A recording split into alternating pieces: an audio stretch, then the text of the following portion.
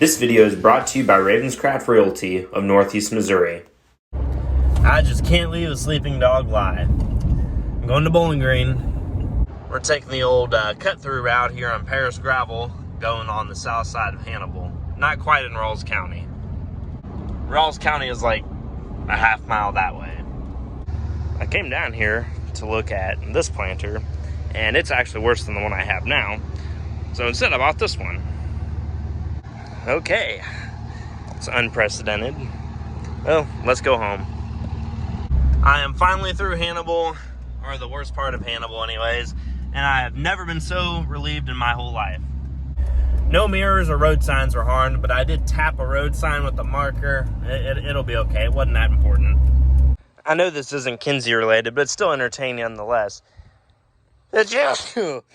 Anyways, I was looking at the mower, and I noticed that what appears to be the oil cooler was only being held on by the lines. The corner here on this side is right here. So I'm just going to take the one remaining bolt and put it through the other side that's not broken. Problem solved. I was doing some planter stuff earlier today when a friend of mine texted me and said, "Hey, you want to bring your 4020 over to my place and use my 3-bottom plow to plow up about 2 acres of alfalfa?" So, of course, that's a yes. And we started on that earlier this afternoon, then had to go to church. And now I'm back, and 4020 is right there. So I'm going to shut this truck down, and we're going to get to plowing.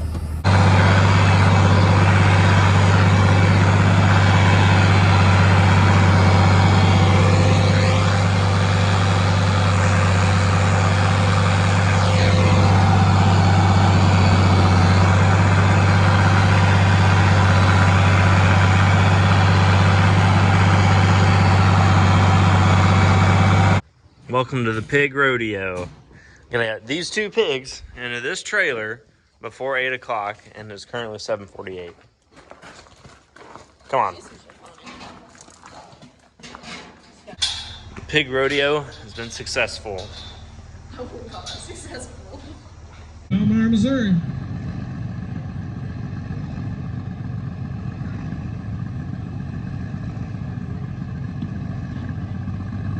You remember right, she was the first one out today. The track was pretty greasy for her, but she did a hell of a job.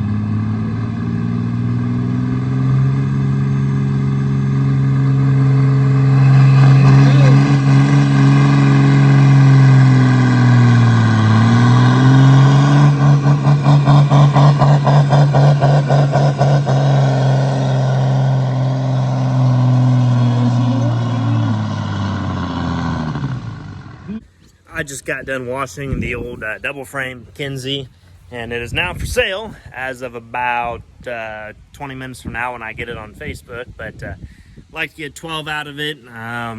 Make me an offer if you're interested. It's got all new black and blue plates, recently rebuilt corn meters, recently rebuilt bean meters, all new closing wheel tails and bushings and everything. It's got some new parts on the front. What else? Got 2 new hydraulic cylinders, got 2 new tires. I mean, it plants beans, but this one's better. Dropping off the pig trailer because Ella and I, after our pig rodeo yesterday, we're done with pigs. And the video of my sister pulling was in Clayton, Illinois. It's east of Camp Point on Highway 24. It was at the Old Settlers show. I guess they've had it for like 150 something years. So that was pretty cool. And I'm not doing the pulling. That is totally Ella's thing, just like the pigs. That's Ella and Dad. I can drive the tractor around. I can help work on it, but I'm not pulling it. It's just, I'll let Ella have this one thing that she can actually be good at. And she is good. For having never been on a tractor with a quad range transmission and having to, pull a sled down a track, Ella's doing very good at it. I know it kills me to admit that my sister is good at something, but she is good. This video has kind of been all over the place, so here's a quick rundown of what I've done the past 2 weeks. So the 7020, I've been getting it ready for the half century of progress, which is in Monday, Tuesday, Wednesday. It starts on Thursday, so it's 4 days away. And the 7020 and the disc at minimum are going to be there, as will Dad and I. Might be able to get the 4320 there, not sure yet, but I've been getting this ready. I replaced the cap of the air stack. I got a new band for it, and I replaced the alternator because it wasn't working again. And I also did the proper wheel weight studs. Those were awesome, but they're expensive. I washed it up as well, or rinsed it off, I should say. And we'll just take a look here in the cab. A family friend is going to buff and wax the hood, maybe the whole tractor, I'm not sure. And he's not cheap, but I'm not going to be here. And he's also going to tint this window, the door, this side, this window. Gonna look good in the back.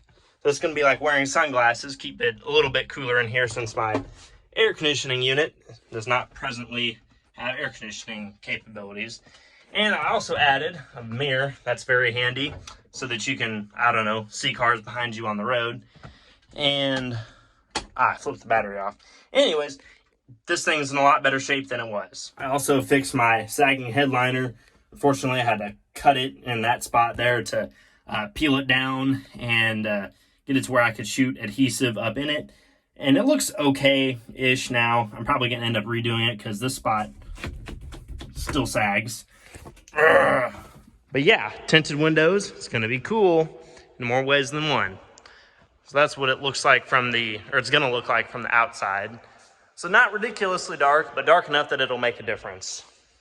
And I still need to do the proper wheel weight stud stuff on this side of the tractor. And I will be adding a third weight, just not before ran tool. As you can tell by my facial expression and sweat drenching myself, it's kind of hot outside. Thermometer in the truck says like 95. It's got to be hotter than that. But I washed the car, and I'm going to be going back to Columbia here in the near future.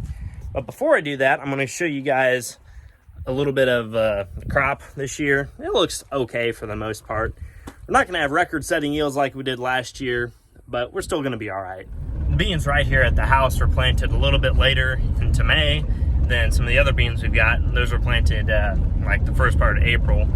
And the hot, dry stretch that we had 3 weeks ago, or that ended 2 weeks ago, the beans that were earlier had to endure that really hot, dry period while they're trying to fill pods and set pods, and that's probably going to hurt the yield. How much? I don't know. And the corn right here along 24 actually has looked pretty good the whole year. We'll look at a couple of ears in a little bit, but it's starting to dry down too.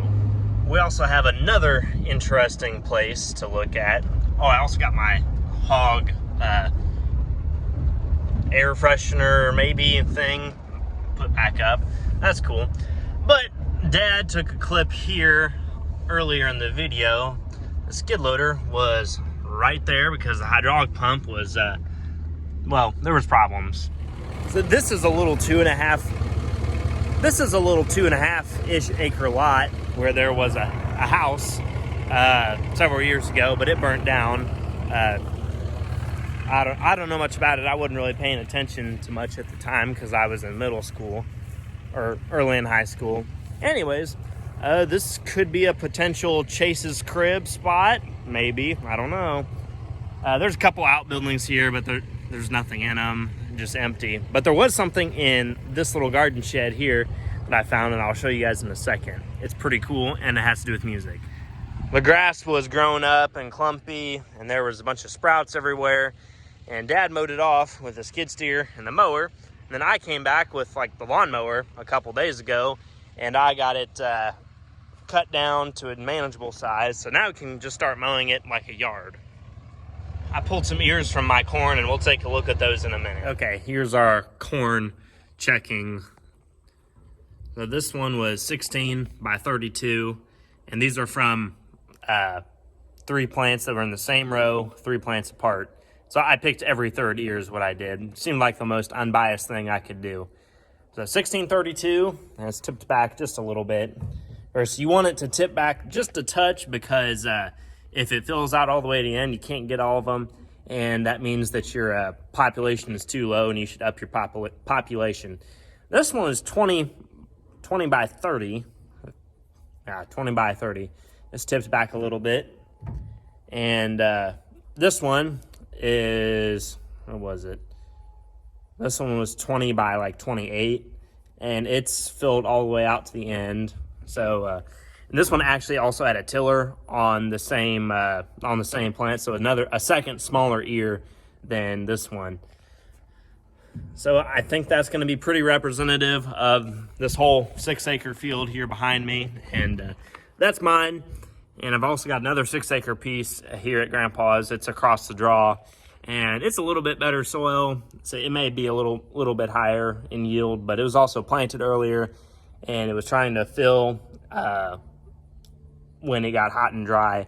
So it's going to be a mixed bag of yields as far as corn goes. We also need to talk about this wonderful little 6-row thing here. So it's a 1998 Kinze 2000. It's a 611, and it's got decent no-till coulters on it. It's been updated to all of the bushing adjust gauge wheels, bolt-through gauge wheels. All the sprockets are sharp. Nothing's missing. Nothing's broken. The chains have even been coated in some kind of a chain lubricant. Got lights that aren't broken. It's not completely worn out. Hoses are okay. There's no massive hydraulic leaks, just a little bit, but that's manageable. It's better than what I had. So this is going to be the new Chase Goldinger Farms planting rig.